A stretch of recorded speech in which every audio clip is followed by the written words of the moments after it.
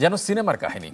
চাচা হত্যার প্রতিশোধ নিতে কক্সবাজারে খুন করা হয় খুলনা সিটির সাবেক কাউন্সিলর গোলাম রব্বানী টিপুকে, যা বাস্তবায়নে দীর্ঘ পরিকল্পনার পর সৈকত শহরকে বেছে নেওয়া হয়।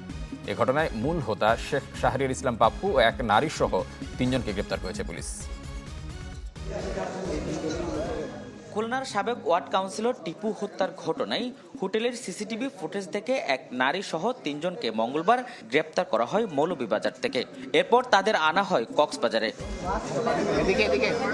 তাদের জিজ্ঞাসাবাদের পর জেলা পুলিশ সুপার জানান, হত্যাকাণ্ডে ওই নারীকে টুপ হিসেবে ব্যবহার করা হয়েছে।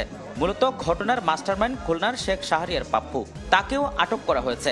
ওই নারী টিপুর সাথে কক্সবাজার এসে খুনিদের সার্বক্ষণিক তথ্য সরবরাহ করছিলেন। হত্যাকাণ্ডের পর অন্যদের সাথে তিনিও পালিয়ে যান। 3 জনই তখন কক্সবাজার উপস্থিত ছিল এবং এই মেয়ে গোলাম রাব্বানী টিপুর সাথেই আসছেন এবং উনি হত্যাকাণ্ডেই টোপ হিসেবে উনি এই একটা কাজ করেছেন এবং যারা হত্যা মিশনে অংশগ্রহণ করেছে তাদেরকে উনি সংবাদ প্রেরণ বা যেটাকে বলে আমরা যে ইনফরমার হিসেবে উনি কাজ করেছেন।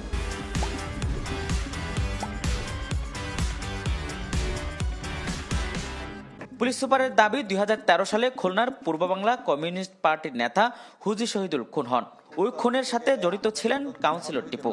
আসামিদের স্বীকারোক্তির উদ্ধৃতি দিয়ে তিনি বলেন, কাউন্সিলর টিপুকে কপালে সরাসরি গুলি করেন শেখ শাহরিয়ার পাপ্পু। পাপ্পু হলেন খুলনা সিটি কর্পোরেশনের 4 নম্বর ওয়ার্ডের জামাল শেখের ছেলে এবং হুজি শহীদুলের আপন ভাতিজা।